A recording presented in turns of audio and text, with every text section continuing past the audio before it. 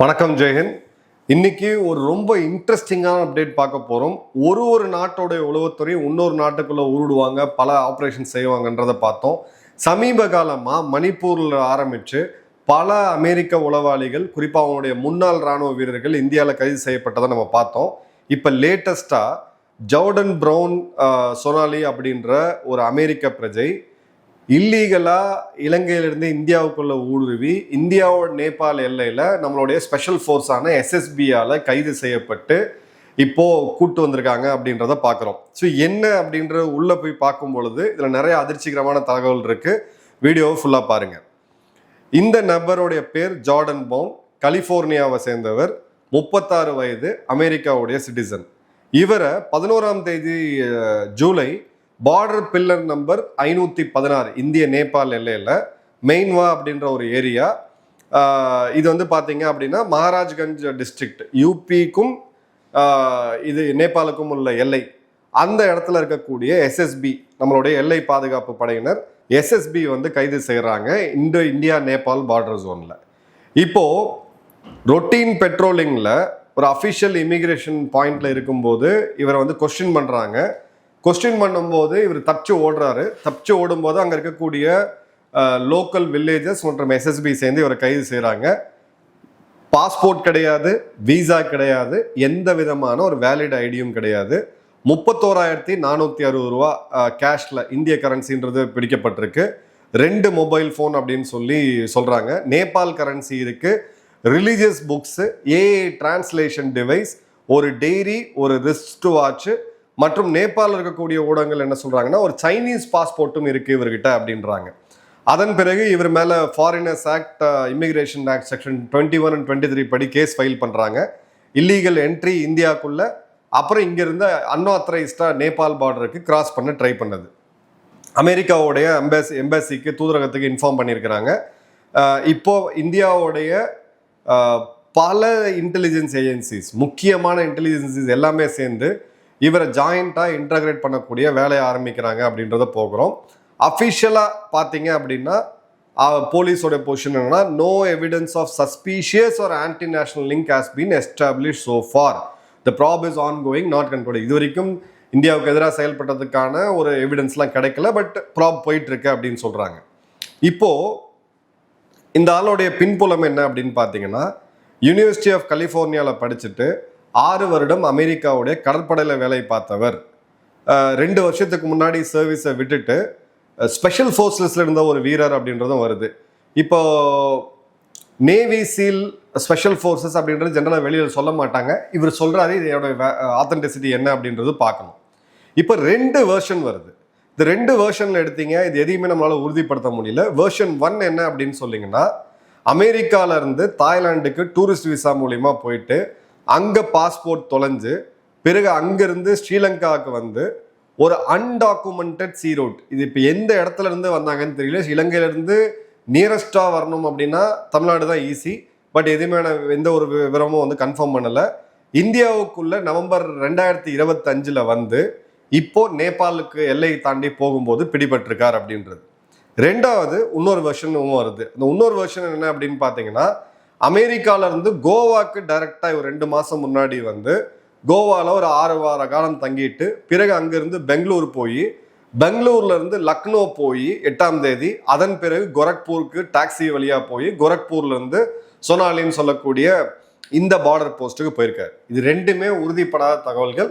இன்டர்நெட்டில் வழக்கம் போல் அந்த வியூஸ் வேணும், இல்லை என்கேஜ்மெண்ட் ஃபார்மிங் பண்ணக்கூடியவங்க அவங்கவுங்க தேரியஸை சொல்லிட்டு இருக்காங்க. இது எதுவுமே உறுதிப்படுத்தப்படல. பட் 2 ரூட்டும், இந்த 2 மாதிரியான சினாரியோவுமே இன்னைக்கு சமூக ஊடகங்கள்ல அதிகமாக பேசிக்கிட்டு இருக்காங்க. இப்போ என்ன அப்படின்னு பார்த்தீங்கன்னா, நேபாளில் இருக்கக்கூடிய நாஸ் அப்படின்ற ஒரு நபர், இவரை வந்து கோவாவில் பார்த்தேன், அவரை சந்திக்கிறதுக்கு தான் போகிறேன் அப்படின்னு சொல்லிட்டோம். அதே மாதிரி பார்த்தீங்க அப்படின்னா, இட்டாலியில இருந்த இந்தியாவை சேர்ந்த ஒரு யோகா இன்ஸ்ட்ரக்டர், உத்தரகாண்ட் மாநிலத்தை சேர்ந்த ஒரு பெண்ணை இவர் திருமணம் செய்தாரு அப்படின்ற தகவல்லாம் வருது. அதே மாதிரி பார்த்தீங்கன்னா, இந்த மிஸ்ஸிங் பாஸ்போர்ட்டுக்கு பெங்களூர்ல இருக்கக்கூடிய தன்னுடைய நண்பர்கிட்ட இருக்கு. இது எல்லாமே பார்த்தீங்கன்னா கம்ப்ளீட்டாக கிச்சடியாக இருக்கு. பாஸ்போர்ட் இல்லாமல் நீங்கள் எல்லையை தாண்டி போக முடியுமா, இல்லை இந்தியாவுடைய வீசா இல்லாமல் நீங்கள் இந்தியாவுக்குள்ளே வர முடியுமா, அப்படிலாம் பார்த்தீங்கன்னா இது எதுவுமே கிடையாது. ஸோ இந்த இடத்துல ஒரு முக்கியமான விஷயம் என்ன அப்படின்னு பார்த்தீங்கன்னா, தாய்லாந்துலேருந்து ஸ்ரீலங்கா இந்தியா அப்படின்றது இது நம்பக்கூடிய மாதிரி இல்லை. ஏன்னா இலங்கையில் தாய்லாந்துலேருந்து நீங்கள் பாஸ்போர்ட்டை தொலைச்சிட்டு நீங்கள் இலங்கையில் வந்து இறங்கினீங்கன்னா பாஸ்போர்ட் இல்லாமல் உங்களை எப்படி வீசா ஸ்டாம்ப் பண்ணாமல் எப்படி இலங்கையில் விடுவாங்க? இல்லை இலங்கையிலேருந்து நீங்கள் இந்தியாவுக்குள்ளே தப்பிச்சு வரணும்னா எப்படி உங்களால் அவ்வளோ சீக்கிரம் வர முடியும்?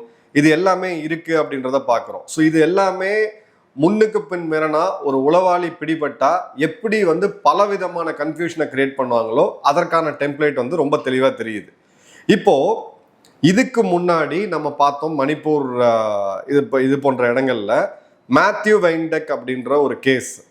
மேத்யூ வெயின்டெக் யார்? ஒரு அமெரிக்க சிட்டிசன், செக்யூரிட்டி அனலிஸ்ட்னு சொல்லி தன்னோட இணையதளத்தில் போட்டிருக்க ஒரு டாக்குமெண்ட்ரி ஃபிலிம் மேக்கர்னு சொல்லிட்டு ஒரு private military training non profit organisation Sons of Liberty International, உலகம் முழுக்க நடக்கக்கூடிய இந்த இன்சர்ஜென்சிக்கு நாங்கள் வந்து பயிற்சி கொடுப்போம். இதற்கான என்ஜிஓ ஆயுத பயிற்சி கொடுக்கறதுக்கு ஒரு என்ஜிஓ ரெஜிஸ்டர் பண்ணி அதுக்கு வந்து பேர் பார்த்தீங்கன்னா சன்ஸ் ஆஃப் லிபர்ட்டி இன்டர்நேஷனல் அப்படின்றதும், அதன் பிறகு 13ஆம் தேதி மார்ச் போன வருஷம் என்ஐஏ கைது செய்து பல இடத்துல பெரிய ஹீரோ ரேஞ்சுக்கு துரந்தர் ரேஞ்சுக்கு சுற்றிட்டு இருந்த இவரை இப்போ வீல் சேரில் கூட்டிகிட்டு வந்துட்டு இருக்காங்க டெல்லியில் திஹார் ஜெயிலில் இருந்து.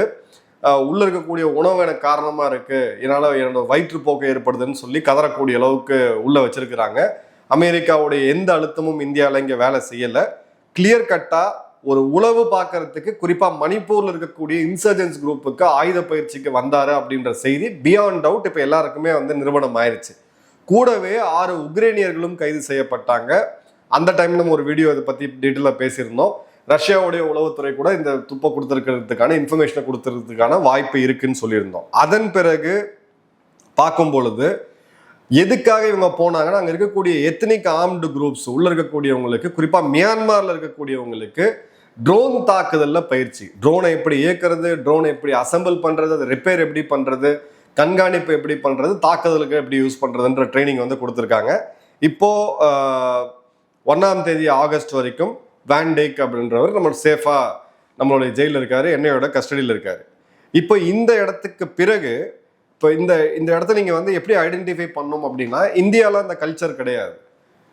மேலை நாடுகளில் குறிப்பாக அமெரிக்காவுடைய ரிட்டையர்ட் சோல்ஜர்ஸ் மற்றும் அதிகாரிகள் என்ன பண்ணுவாங்கன்னு பார்த்தீங்கன்னா, பிஎம்சிஸ்ன்னு சொல்லுவாங்க, பிரைவேட் மிலிட்ரி கான்ட்ராக்டர்ஸ்.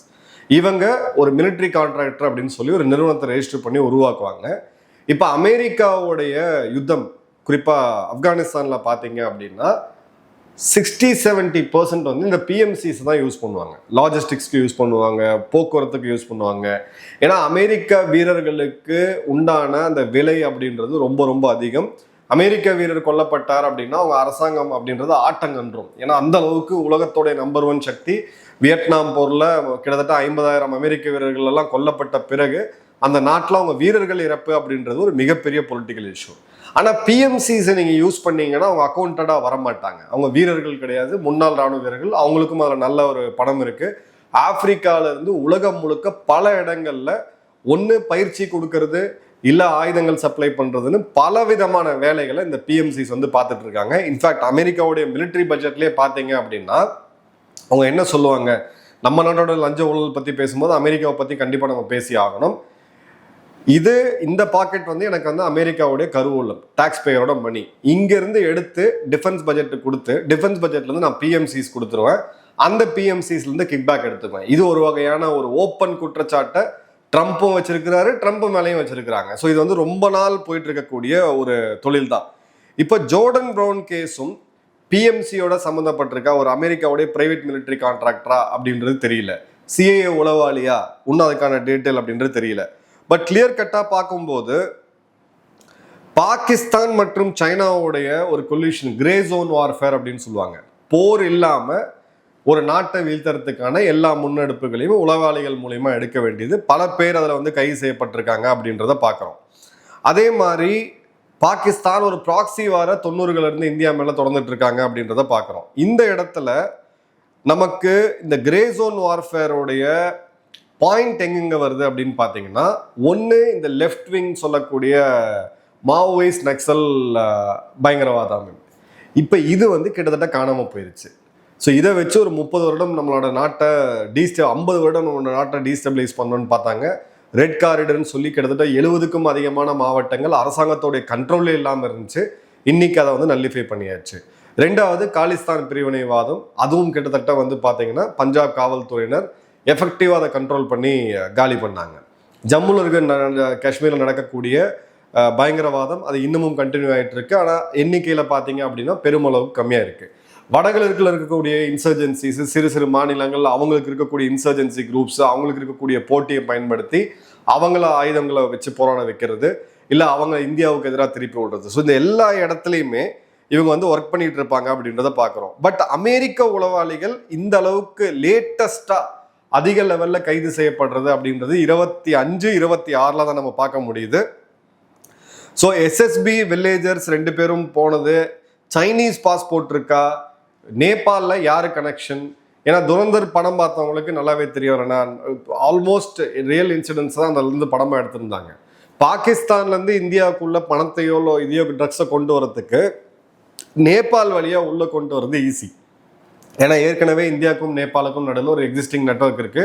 அட்டிக் அகமது அப்படின்ற ஒரு கேங்ஸ்டர் இந்தியாவுடைய பாராளுமன்றத்தில் ராஜ்யசபா எம்பியாக இருந்து கடைசியில் வந்து போன வருடமோ முந்தின வருடமோ போட்டு தந்தாங்க. அந்த ஸ்டோரியை நீங்கள் பார்த்துருப்பீங்க.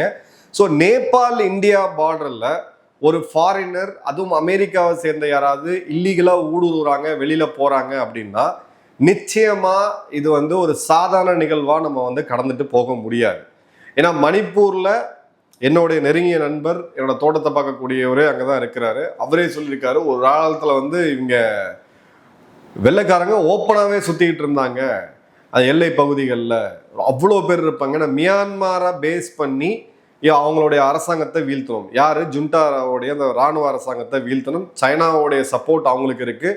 மியான்மார் அப்படின்றது mineral rich area, rare earth minerals அதிகமாக இருக்கக்கூடிய ஏரியா.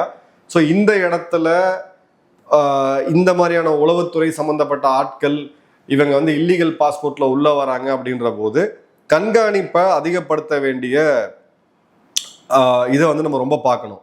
இப்போ பிஎம்சிஸ், பிரைவேட் மிலிட்டரி கான்ட்ராக்டர் அமெரிக்கா மட்டும் யூஸ் பண்றாங்களா? கிடையாது.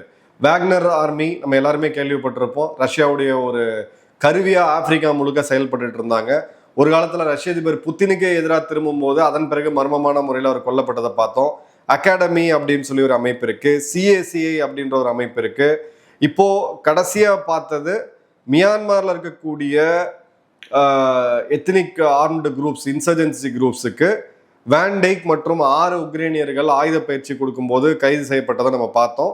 ஸோ அதன் பிறகு வரக்கூடியது அப்படின்றது இங்கே நம்ம பார்க்குறோம். ஸோ இப்போ டான் ப்ரௌனோடைய ஐடென்டிட்டி என்ன, இவங்க யாரு என்ன, எல்லாமே நம்ம பார்க்க வேண்டியது இருக்குது.